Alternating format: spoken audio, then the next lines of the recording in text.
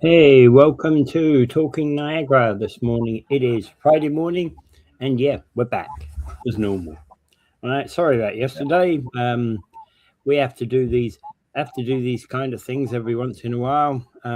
Anyway, so welcome. Hey, how you doing, Dave? Not bad, not bad. And uh, well, I was glad to be back. I mean, the world needed our wisdom, and we couldn't Can't give it because there's these deliver internet yesterday, shows now. so we've got to double up today. Yeah. Okay. All right. So GM is Yeah, we're spending still having six that hundred. problem, eh? Yeah, I don't know what you know what it is actually, Dave. It's that at 7 o'clock in the morning, I'm convinced that at 7 o'clock in the morning they slow down all the internet, because I've heard stories about everybody logs onto their internet at 7 a.m. But why would that be any different than at 5 p.m.? I guarantee you that if we were doing this at 5 p.m., we would not even have a blip, right? And yet there would be 5 times as many people using the internet at 5 p.m. than there is at 7 a.m. I think they wind down the speed of the internet. Yes. I'm not so sure. You would think they would speed it up because they get more people, but Yeah, I'm not so sure. yeah, I don't know why we have these problems in the morning. yeah, When uh, I don't know what that is. Anyway, we'll find out. yeah. All right. Okay, so first things first. Local. 691 million being spent by GM, invested by GM in the St. Catharines engine plant. They're building. This is the third part that's building their V8 full-size truck and SUV engines, and so they're putting investment in that. And they've got two other plants that do this. One in Buffalo, New York, and the other in Flint, Michigan. So Well, actually, it's Tonawanda. Actually, it's Tonawanda. It's Tonawanda. but okay, yeah, it's Buffalo, but Yeah. it's Tonawanda. Oh, yeah. Okay. Tonawanda. Right, okay. I knew there was a GM plant in Tonawanda. Yeah. Um. Yeah. Okay. Well, that's good.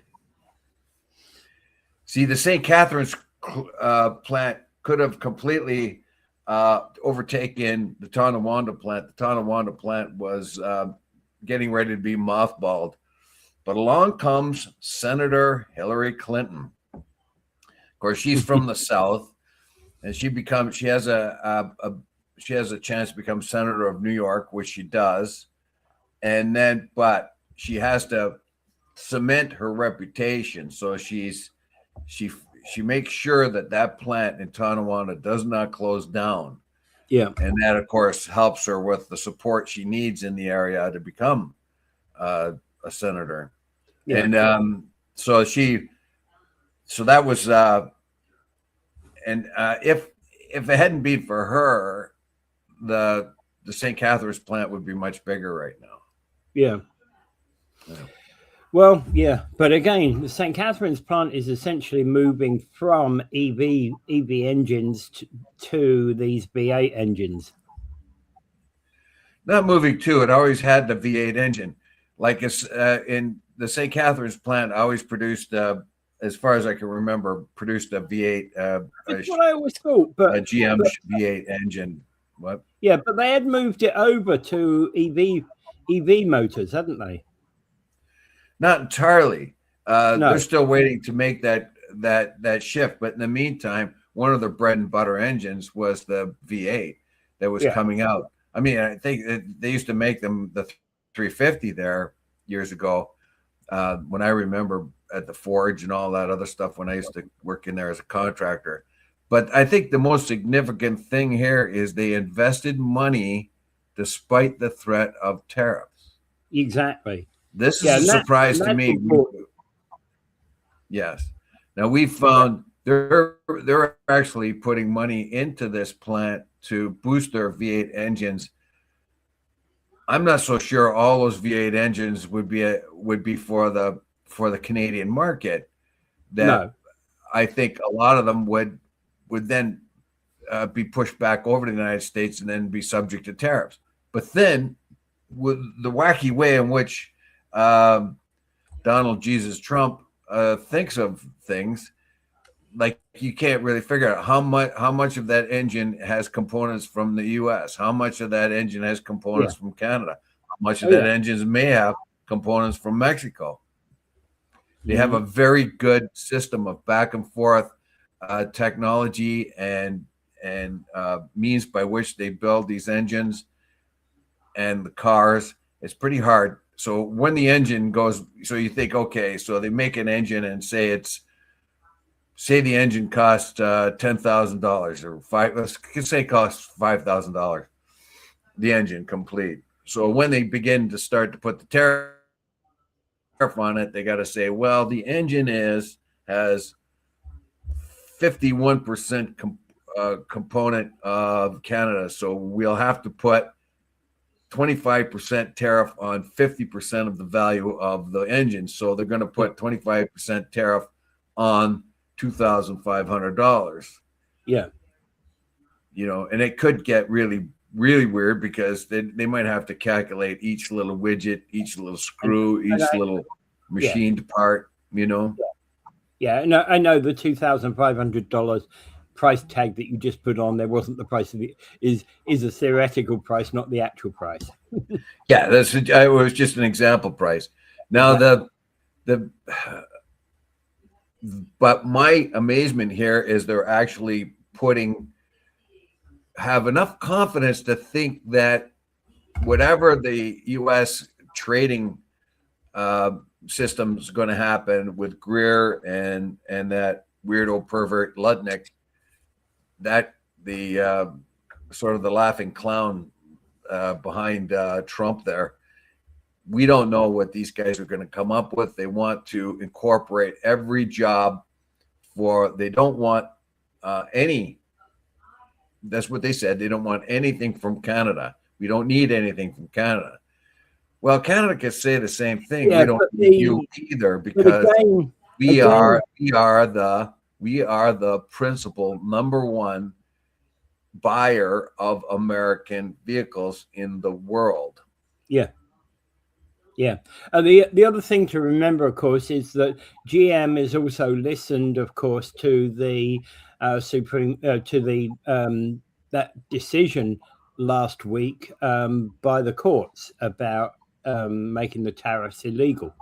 Last month, yeah. Sorry, yeah. And so that will have played into their thinking, because if the courts are going to strike this down, they're pretty sure that they're going to be on safe ground. Yeah, the investments for the GM plant of our size put $691 million in. That's a significant investment, and it's a significant show of confidence that whatever this the new trade deal with Canada, the NAFTA deal, basically will not be nearly as bad for Canada as it seemed in the beginning. Yeah. Find that the American negotiating team are messing up all over the place. 90 deals in 90 days did not happen. When they got tough with China, China got tough back. The UAA is now the EU, who were very afraid of Trump, are not afraid anymore. Trump's and we do remember, and it's very significant because the House is majority Republican, and so is the Senate, and both of those bodies voted symbolically to maintain NAFTA. That what they said that was very important. And so all of that, we have a lot of allies in the United States who are behind us. We have like all the neighborhood states, even like as Doug Ford said, every morning 9 million Americans wake up to make stuff for Ontario, and just Ontario alone. 9 million Americans wake up and their jobs are reliant on the Ontario market. Yeah, they're not just making widgets for Ontario. They're making widgets for the whole of America and Mexico and Ontario as well. Well, 9 million of them are like, if you take the Ontario market out, there'll be 9 million people without a job. Yeah. That's what he's saying. Yeah. And there, like, there's all kinds of other spin-off jobs as well. You know what I mean? Oh, yeah, I know. Well, and the point being is, as soon as you close a major job, you lose the spin-off jobs. Yeah. Yeah, it's like a machine shop that in St. Catharines who would do work for GM, but every other company around too. But if you take GM out of their customer as one of the customers, they may not be able to sustain themselves. With the other industries. Exactly, because the few dozen GM workers that frequent that shop keep it going, often. Anyway, the point being is, let's say a third of these engines are going from St. Catharines plant to vehicles that are made in Canada, made and sold in Canada. That's a third of that isn't going to be tariffed anyway. Well, that's good. That's good news. Yeah. And that's what that's what I said earlier on. I said, like,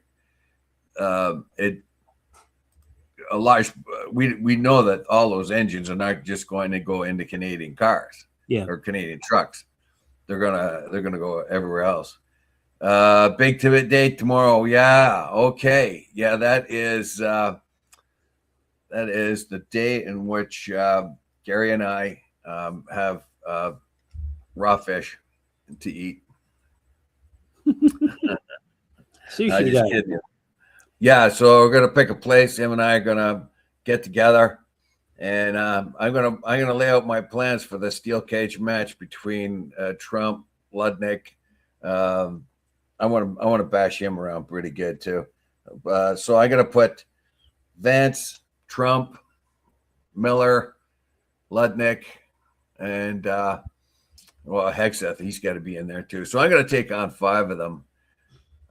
So I might have to use both hands. All right. Okay. One story. What's going on here? Okay, that was weird. All right.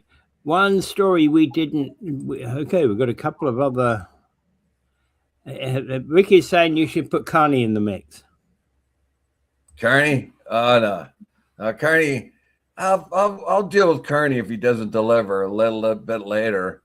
I got a special eye gouge ready for him, but right now he's fighting the orangutan, doing a pretty good job of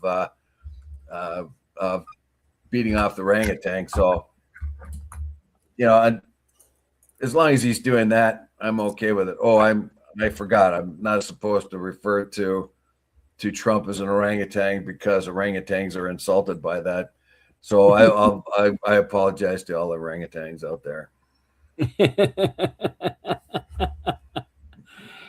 Yes. Okay. All right. Okay. So the UK ambassador to the US says that America's special relationship is probably Israel. Well, it obviously is, isn't it? They do backflip for Israel. Israel controls the Israeli lobby, controls 75% of the Democrats and almost 100% of the Republicans. The Republicans wouldn't say a boo against Israel. I think that's their biggest problem among the Republicans is the MAGA backlash. When they look at the dollars and cents that the U.S. has spent on Israel and its forever wars, and how every bomb and every bullet that Israel uses is paid for by the American taxpayer, and the cruel vision of Israel right now, how they're treating the people in the West Bank, extraordinarily cruelly, and what they've done to the collective punishment they laid out in Gaza. They've killed 25,000 kids. They lost 1,200 people when Yahya Sinwar and his goons crossed the border. And then what did they do? They paid back by they killed what about 20 children for every victim of Yahya Sinwar. They killed 72,000, 73,000. That's a conservative estimate of people in Hamas in Gaza, and they've broken and busted everything that people live with there. So, so when the British ambassador and people say, "Oh, well, the UK and the US have this special relationship that goes back," it nowhere compares to the special relationship that the United States has with Israel. Israel treats the United States as a client state. It should be the other way around, but it's not. Trump recently bragged that he's the most powerful man that ever lived, and I'll argue no, it's Netanyahu, because Netanyahu who controls Trump. If you control Trump, you are the most powerful man in the world. I would say the most consequential man in the world right now is Netanyahu, because of his control over Trump. And Trump's got to do backflips because of all the money that's come into his coffers from Zionists in the United States. Okay, one thing to note, though, Dave, UK Foreign Office has basically said these were private, informal comments by Sir Christian Turner, who's the UK ambassador to the US. And he was actually talking to a group of transatlantic students of the transatlantic relationship in February.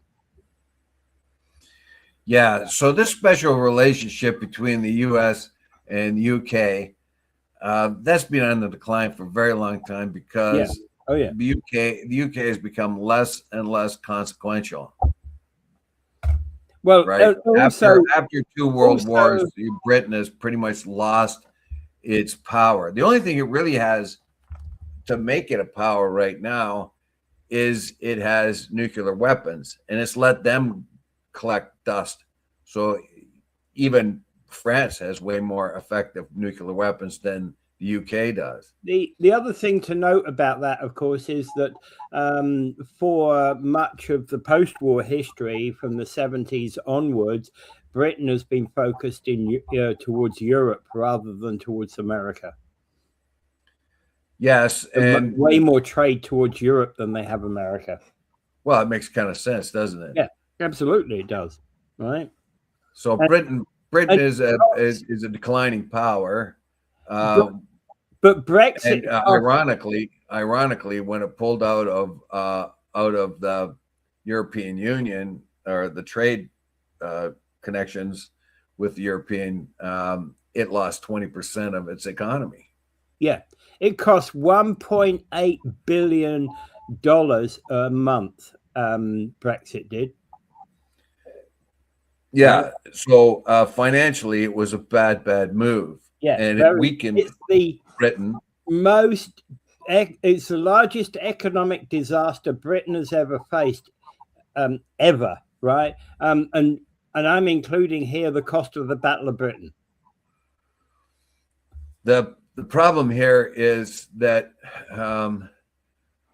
Britain shifted its focus to Europe.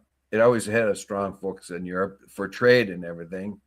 When it turned its back on the EU, then it became weaker, and then it became even less consequential to the US. Absolutely. Now you have a much weaker system. So this special relationship, the only thing that ties us together is language and culture now, between the United States and Britain. And the fact where it is strategically, it still could be a strategic location for the West, our U.S. Army and Air Force and all that other stuff. And you're right about when you do compare the relationship between Britain and U.S. compared to the Britain and Israel, it like Israel kind of almost owns the U.S. Yeah. It tells the U.S. what to do, and Yeah. Britain goes around begging for scraps. Yeah, exactly. And you're right about the UK nuclear facilities, because they really haven't been updated since the 1980s. Yeah, and everyone would have thought that was a good move back then, shift away from nuclear bombs and nuclear weapons. We found it here in Canada as we were trying to the very powerful resistance that that Justin Trudeau spoke of even before he was elected. You know, how, why should we be putting all these weapons out and all this? And he made comments of whipping out our C-18s, CF-18s, fighter jets, and all that other stuff. And guess what? Everybody's had to make a massive reversal because of Russia, and unfortunately, that has reminded us that we have been very lax, and we have not looked into the future well enough to understand that we still need bombs and bullets, unfortunately. Yeah. And if we don't have them, someone's going to make sure that we get them from their guns. Yeah. Yeah. All right. Okay. Moving on. Okay. The Niagara Falls sewage treatment plant. You've got an update on that. Yeah, it's a big deal, isn't it? So this is an article that sort of tries to demonstrate where we are with the sewage treatment plants. Now, the Rexinger Road one, you figure that should be up and gone, and pretty much completed by now. If you go back and to the McBain Center there, where they had the layout there, and all the citizens of Niagara Falls could come and have a look at it. It was leading edge out there in Rexinger Road. It was going to take care of a large part of the Niagara region's sewage, et cetera, et cetera, et cetera. But it is still not built and still delayed. And if I get the article up here, I'll refer to it. But I know that's kind of discouraging that would be happening, particularly with the need. And right now, there are the problem here is we have housing that we are required, but a lot of this housing may be interrupted or held back or stalled because we don't have the capacity to treat sewage. How about that? Yeah. Well, you see, part of the problem here is what's been, why haven't we got this Rexinger Road one up and running by now? I have, well, it's a matter of money. Yeah. The political will. This is a situation where the politicians have kicked this down the road year after year after year to save pennies, save people from a tax increase. But now it's come back to haunt us huge. You cannot kick a problem like this down the road, and then all of a sudden it becomes extremely urgent. All of our water and wastewater plants are old or beyond repair or barely within the range of repair. And the trouble is, of course, with Rexinger Road, they're talking about shovels in the ground in 27, but we always seem to be a year away from shovels in the ground at Rexinger Road. Yeah, it always seems, we're close. We're close. We're going to start. I mean, we saw the models. What was 5 years ago? They showed us the models at McBain Center, and it was any day now kind of thing. Let's get going. Now, this article is a pretty good article by Bill Sawchuk. I like the way he wrote it.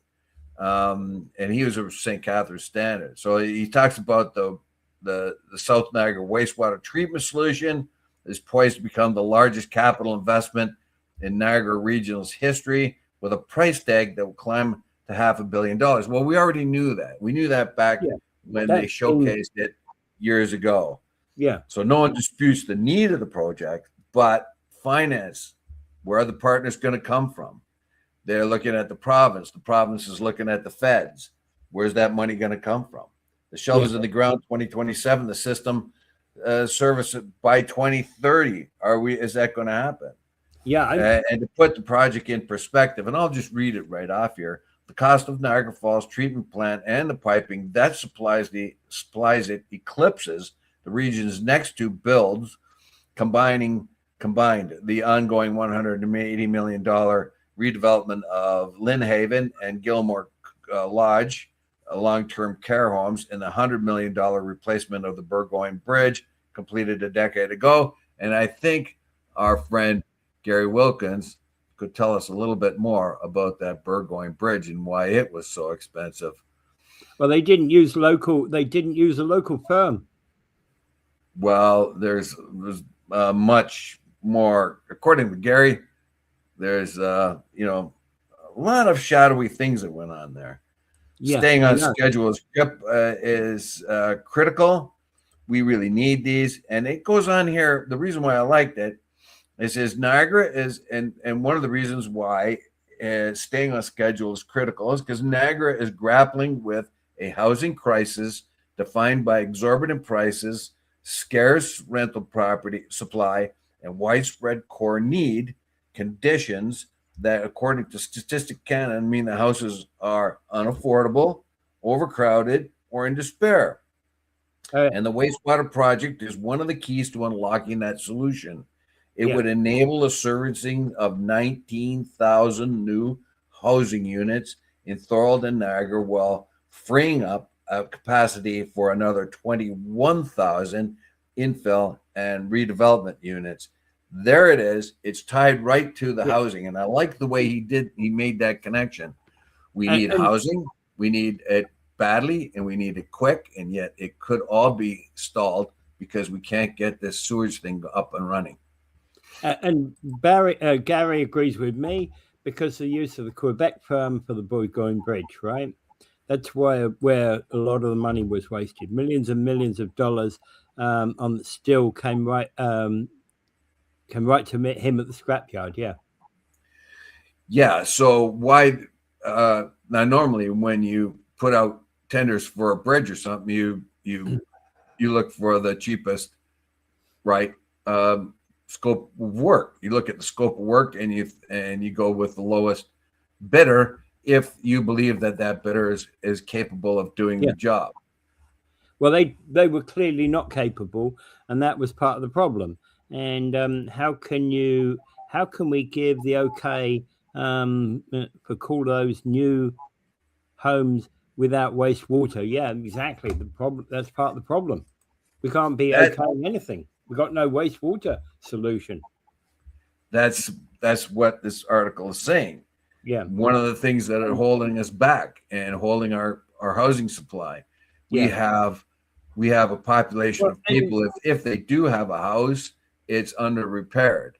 If they don't have a house, they're looking for rental units that are overpriced. Yeah. And so what you have is a bunch of people who are living in houses that they can't repair. Yeah. Or if they can't even afford to buy one, and then they're looking for apartments, and they're high, and the rents are high because of the lack of capacity. Yeah. Okay. The other thing to note about the 3450, 3350 Stanley Avenue plant is the place was built in 1964. It's got emergency funding of $9.7 million in transfer from wastewater capital reserve to approve upgrades. There's been toxicity failures in 2024, and it's facing urgent repairs. So even right now, it's breaking down all the time. Yes, and even though there's a push to get this out there, our mayor, Jim Diodati, is saying, we hope we can get this project going, but we're going to need a plan B if they can't do it. Yeah. And right now, the plan B, or what's been happening, is a lot of Band-Aid solutions to an outdated system. outdated and under capacity system. This is the true consequence of limited vision politicians who will kick a problem down the road until it becomes an urgency. Yeah. Here we are in a situation where we really do need housing and rental stock, and that is being threatened for the fact that politicians in previous years kicked the problem of wastewater and water treatment down the road. Yeah. This is where you need politicians of vision who can see 30 years ago, say, hey, we're going to have to plan for the future, and we're going to have to tell the voter what they don't want to hear is we're going to have to boost their taxes up a bit so we can get the money for this somewhere somehow, and we have to make that argument. But yeah, they go the easy way, and unfortunately for us, we are not a well-informed public. I mean, I'm very grateful for the people who do listen to this show because they are more informed, particularly of local events. Yeah, and we just got help there from Gary and others that talked online there. So we, okay, they did not understand English. Have a great weekend. Okay, that was back, of course, to the Burgoyne Bridge issue. Yeah. So yeah, okay. See you later, Mike. Have a good weekend. And so we when we vote for a politician, one of the things we want to vote for is their ability to see in the future what the consequences of whatever legislature or whatever rules, whatever they want to vote for. They have to look into the future. I mean, we're supposed to have future plans, and yet here we have a consequence of plans that went awry or something that let's be honest, get ignored. Now, the politicians of 20 or 30 years ago who should have seen this coming, they're long gone. So the consequences of them standing up and saying we need more taxes for a water treatment plant, they survived it and moved on. But now they dropped that whole thing in the lap of our politicians now. Yeah, and of course, Dave, one of the things that we've been around doing this show for at least 5 years now, and one of in fact, actually, we've been doing it since 2019, haven't we? So there we go. 2019, we started this show. We picked up from Paul with Your City, Your Voice, and we've been talking about water treatment plants since then, right? So it's been an issue that's been around at least 10 years at that point. Water treatment and homeless people. We've got all of this. Yeah. And one will connect with the other, according to this article. You don't get your water treatment, sewage treatment plants done and ready to go. You're gonna retard housing development that is required here. Yeah. We are the most of the people in Niagara Falls do not get a whole lot of income, comparatively, and yet their housing stock is reflecting what would appear a higher average income than is reality. Yeah. All right. Okay. Okay. So the Unilever, the maker of Dove soaps and Axe deodorant, basically is warning of frequent price hikes due to the Iran war.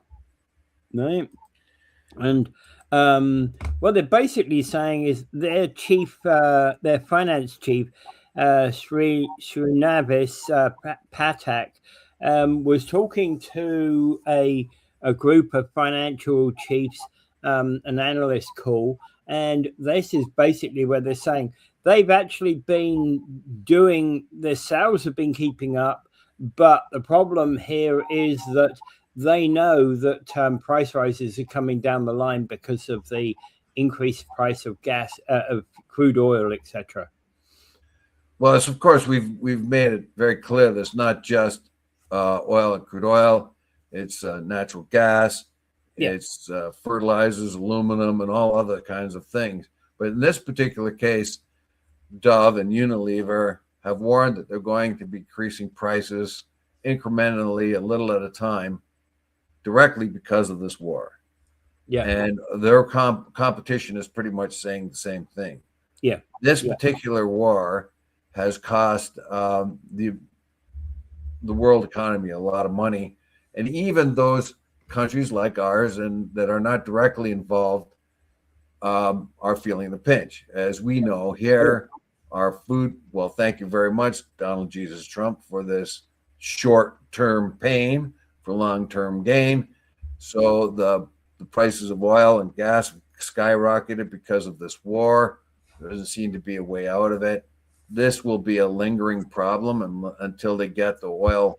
They got to get the oil back out there in the market, get it out circulating. If they don't, there's going to be even more problems going ahead. We think we are insulated. We're insulated from the harshest parts of this, as Unilever has said in the article, that most of their price rises will happen in other places in the world where the oil and gas prices are even higher because of the war. Yeah, so, basically, and also they have a smaller business in North America. A lot of their business, they're a London-based company. A lot of their major business is in Asia, Africa, and Latin America, and that's kind of, those are the areas that are likely to feel the brunt of this. It's interesting. Unilever, right, is one of those companies that in places that I've been, I've never worked for Unilever, but they've been one of these kind of mega corporations that without which the local economy could have collapsed. Right, two areas, central London, where we used to use a Unilever area to do our sporting events for one of the company. We used to like have a one night a week. We used to go out to the gym and things like that, and play football and the like. And we rented this as off of a Unilever site. Another place I was in Uxbridge, it's a total Unilever city, right? So it's one of these sort of things that you lose Unilever in some of those cities, you lose a lot of jobs. Yeah, and I imagine they produce other places in the world. But the bottom line here is, you as middle class people, the price of living has gone way up. Thank you very much, Donald Jesus Trump, for his war, because in the United States and in Canada, everything is going up in price because of the delivery, the fuel delivery has been added on. So you're looking, you can see that we're buying gas for $1.18 a liter before the war. Now we're buying it for $1.75 a liter. That's an increase. That's a huge increase. That's like 50% more than we're buying for before. And that 50% more is going on to your apples and your oranges and your potatoes and everything else that has to be transported.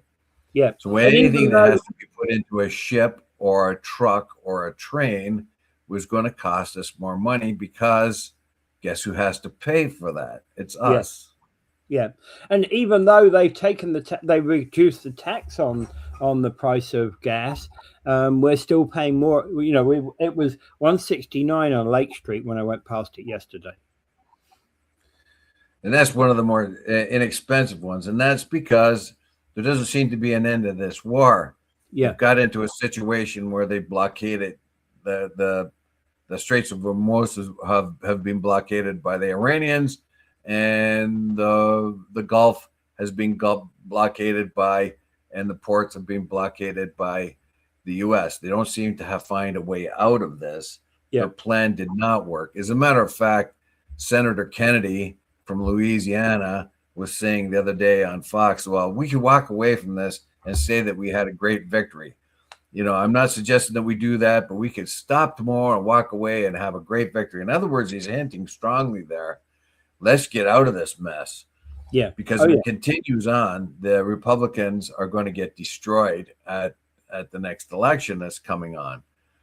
The Democrats are just kind of rubbing their hands in glee because the thing that Trump has said, he wanted to reduce prices. Well, they've gone way up. Yeah. And he says we're going to be no more wars in the Middle East. And that just happened. And that war is extremely expensive. They claim that it cost $25 billion up to a couple of weeks ago. That's when they calculated how much it would cost, but that's probably an understatement. By the time it's all over, the bill for the Canadian for the American people is huge. Someone says it's already around $600 per person, and the rise in prices per person has gone up very hard, and more to come too because they want to put tariffs on it, which the American people will have to pay. Right now, the Trump system is a complete disaster. I don't know how they'll salvage it, but the first thing they got to do is get out of this war and let oil and fertilizer, aluminum, and everything else flow from there. Okay, and talking about flowing, Trump is authorizing the Canada-Wyoming crude pipeline. Now, this is very, very strange to me. Like, I know that he was Trudeau and Biden were against the XL pipeline. I mean, Harper worked hard on trying to get that. The Republicans in the States liked it. Biden didn't like it. He had to answer to his voting public, didn't want any more oil. The Trudeau, too, he was way against it. That's part of the problem with the federal government and Alberta and Saskatchewan. Now, who comes into the office? Carney. And one of the things he brought up to Trump, and one of the first things he brought up to Trump when he first met him was the XL pipeline. Yeah. How about that? Right? And why? Why did he do it? Because he's a businessman and he knows how much sense that makes. Yeah. We got oil. You need oil. We'll sell you our oil. And how come Trump hasn't beat his chest and said, "Oh, we're going to put a big tariff on this, and Canada, we're going to help Canada. We're not going to do that." No, he just said, "Yeah, that's a good idea because it's going to bring jobs." Because he knows his number one thing is oil and controlling oil and making production of oil very important to the United States and the world. But one of the things is that this pipeline is a transborder pipeline similar to the old Keystone XL pipeline. It's called the Bridger pipeline. South Bow project, I believe it's called. And what's going to happen if you look at the map there? It's going to utilize some of the XL pipeline. It's going to shift over and then sort of make a Dug Lake East and then come down through South Dakota or Montana there. I can't remember exactly, but it's a welcome idea. Trump sees this. He sounded normal. Oh, this means there's going to be lots of jobs. Lots of jobs. Building it and bringing it in to Wyoming, and of course, Canada now has got its head out of the sand and said, "Yeah, this is a good idea for Canada because we could sell oil." Yeah. Well, I think it helps Canadian and American jobs here. Well, it does. It's going to help. It's going to help the West immensely. It's something that, in retrospect, it looks ridiculous that you didn't take advantage of this before. Yeah, I can understand a lot of the politicians having to answer to their environmentalists in their midst, but you can only have environmentalists if you are a prosperous nation. If you're not a prosperous nation, and you need jobs and you need money, then your environmental concerns take a back seat. Yeah, and that's not the way to do it anyway. It's been long since said you take the profits from oil and gas and reinvest them into non-carbon energy means. That is a way to do it. Yeah. There's another impact here, of course, that one has to consider, which is OPEC. UAE has left OPEC. Yeah, and that was rather sudden. However, the UAE wants to. Okay, go ahead. Not really unexpected in a way. Well, the suddenness of it was unexpected. The suddenness of it now, because they've been talking about on and off but the quick and sudden announcement of this, particularly during the war, it shocked everybody. Yeah. They weren't prepared for it. Now, what is the consequences of this? Now, OPEC is a group of oil-producing nations that regulate the amount of oil that's being produced to keep the oil price high and profitable, and they can also use it for political reasons, as they've done before. But what means if the UAE wants to produce more oil and wants to produce a significantly more amount of oil, what will that do? That puts more oil out there, provides more oil, which brings the price down, doesn't it? Yeah. Now the price of it coming, and the Saudi Arabians will probably have a price war with them, where they'll start producing oil and undercut the value of the UAE oil. And what are the consequences of that? That means that production of shale oil in the States and our crude oil here in the oil sands will not be able to compete with the lower prices coming from the Gulf. So it may, for at least some time, reduce the ability of our oil companies to make money. And the UAE, we need at least what, $65 to $70 per barrel to even break even, and that is with the shale oil that's coming from the States too. They cannot produce that oil unless when the price of oil goes down too much. Yeah. The other question about this is UAE is the has the second highest capacity in the world, and of course it does mean that then they can ship crude out on the away on the other side of the Straits of Hormuz. They're going to have to go through Oman, though. They have coastal areas on the Gulf of Oman, but they don't have the ship facilities to bypass the Gulf of Hormuz at this particular time. And the one way they could have done it was put a pipeline across Saudi Arabia, like the Saudis have done. Really, the Saudis have taken a pipeline and put it right across, but it hasn't had the kind of capacity that's required right now. But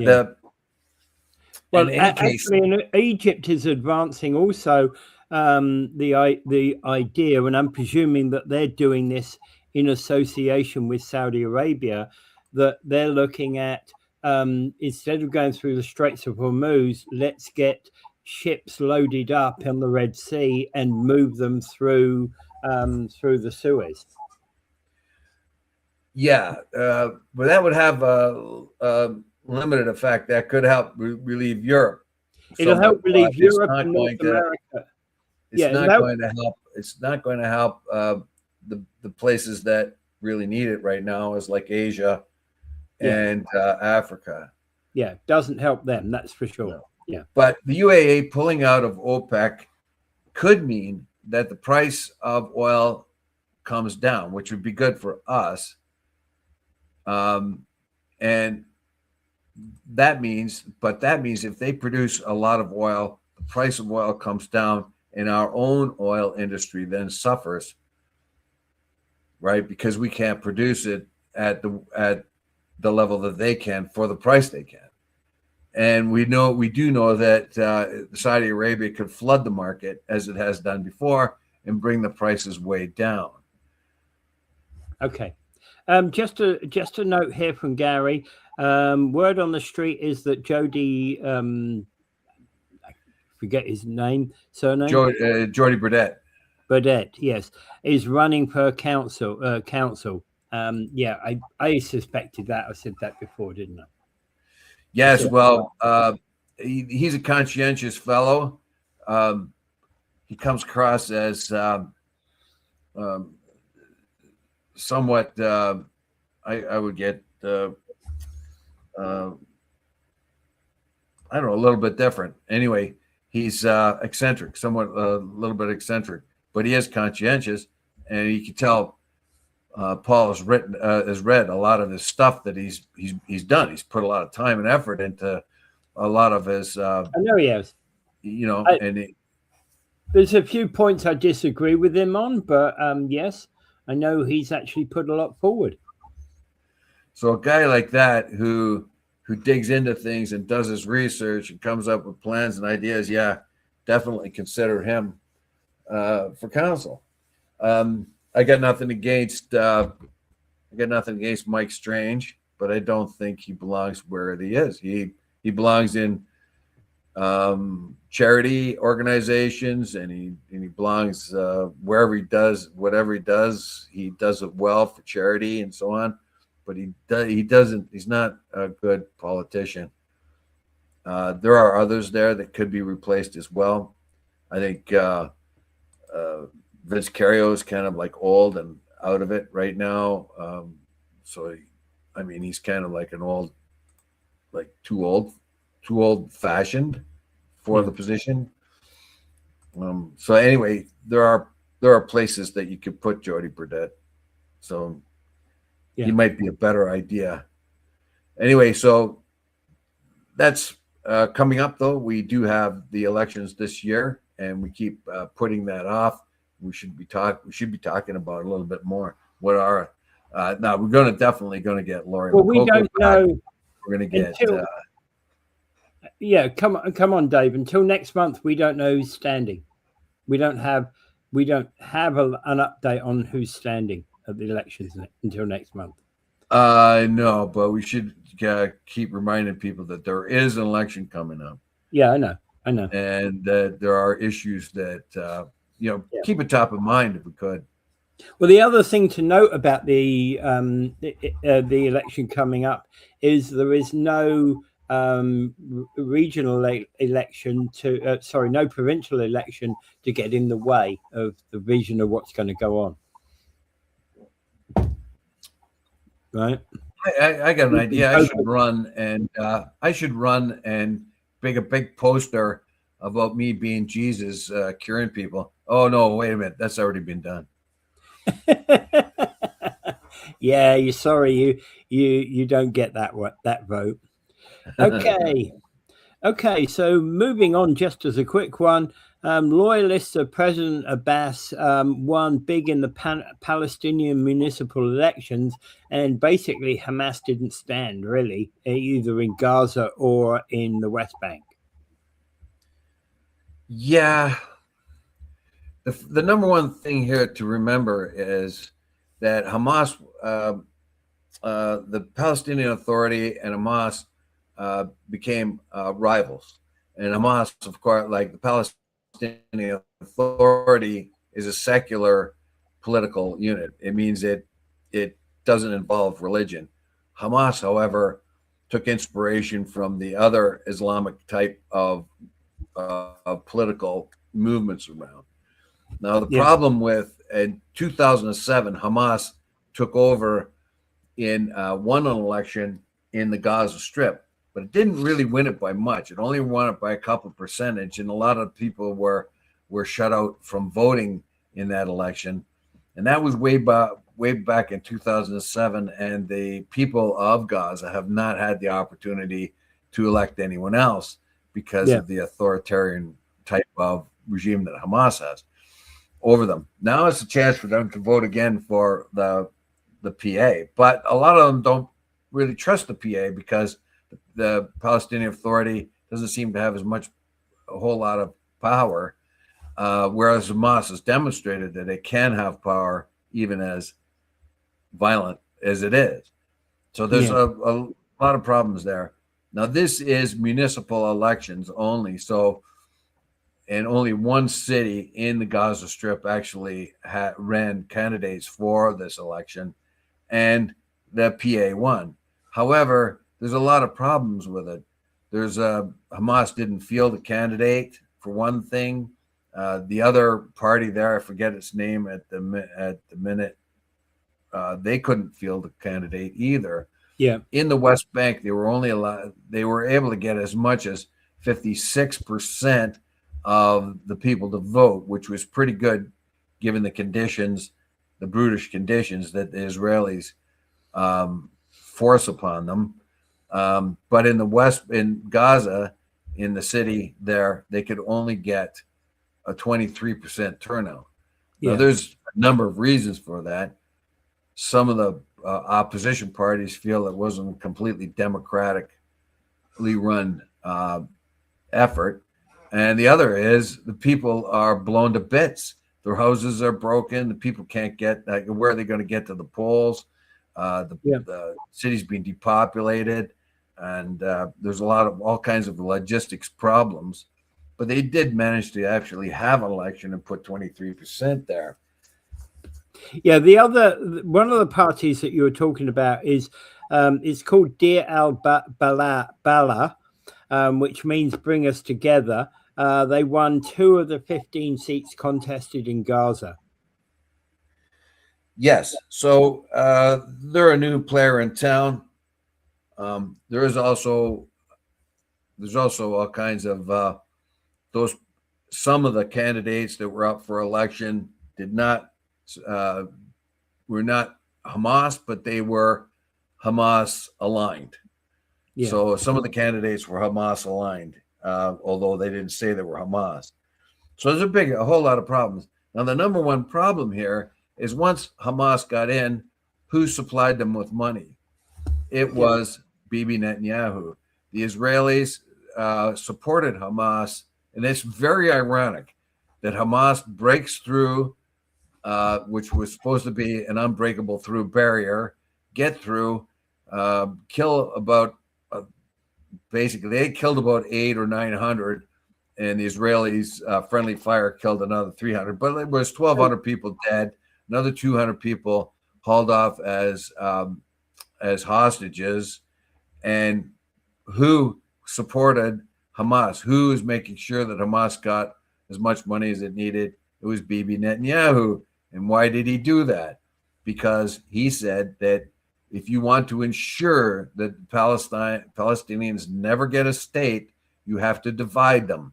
So we supply Hamas to make sure that the Palestinian Authority stays weak. So they have this conflict, this ideological conflict within the Palestinians. Okay. He's the one that made sure that they got all the money they needed, and that kind of backfired on him, didn't it? Yeah. Okay. In Gaza, the turnout reached 23%, right? That's what I would say that's a victory, right? That's a victory. Well, I already mentioned that they got 23% and the problems they had getting those people to the polls. Yeah, I know. That's what I was on about. That's a creditable thing that they got 23%. West Bank at 56% is about what you would expect for municipal elections, I guess. Well, I mentioned that too, and I also mentioned the fact that the Palestinian, in order for Palestinians to get out even to vote, if you know what anything that's happening in the West Bank, people are surrounded by walls and checkpoints and all that other stuff. It's amazing they were able to conduct an election in the first place. Yep, absolutely. And the city in Gaza is Deir al-Balah, and it is one of the fortunate cities. It didn't get wrecked as much as every other city. So that was another reason why they were able to conduct elections there, because they still had some sort of infrastructure available. And even at that, they got the 23% in a war-torn, decimated country. Okay, you're right. That is quite an accomplishment. It is an achievement. It's a good achievement. All right. One question though is, hey, they've in Gaza and the West Bank, they've held an election. How about having a general election in Israel, Bibi Netanyahu? As long as the war continues, they can't do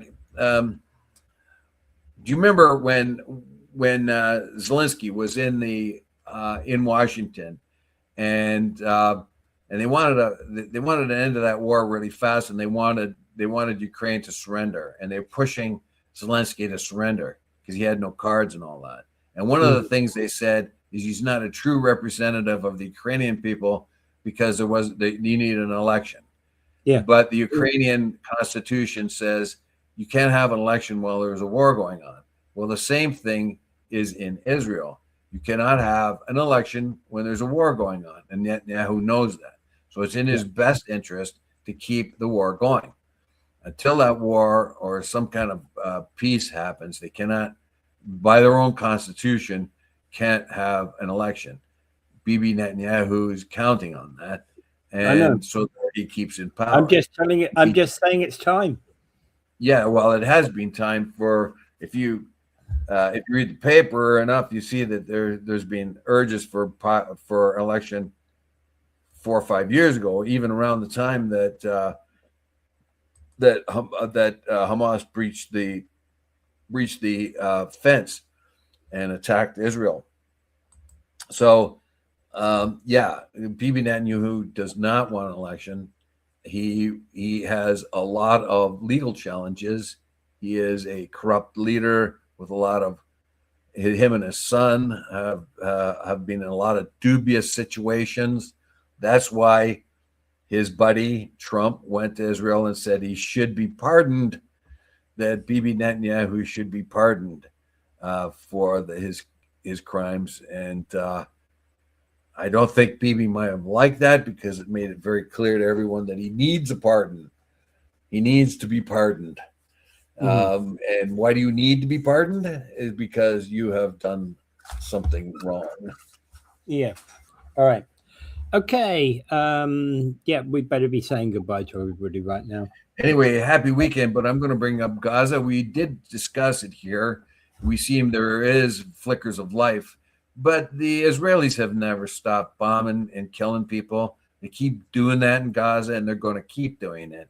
And if they have found a house that they haven't bulldozed, they're going to do it. If they find a little house with a family in it, with a mother and a few children in it, and they will find it, they will bring a bulldozer in, chase the people out, and knock it down. And they will crush it even if the people stay in it. That is how harsh they are, and they have completely lost their humanity. We can't let that keep happening. It seems that the United States wants to lose its humanity by threatening to wipe out a complete civilization in one night and bomb every bridge and power station and desalination plant. You see the business. And Hegseth, he has said, give no quarter, which means don't take any prisoners and kill everybody. That's what that means. That's what he said. The humanity of the United States is losing fast. They are a people without a God right now. So I would say, it's up to us to keep the pressure up and stop these idiotic wars. And anyway, for the people of Gaza, I would say just look for peace and pray for peace. Without further ado, I bid you adieu.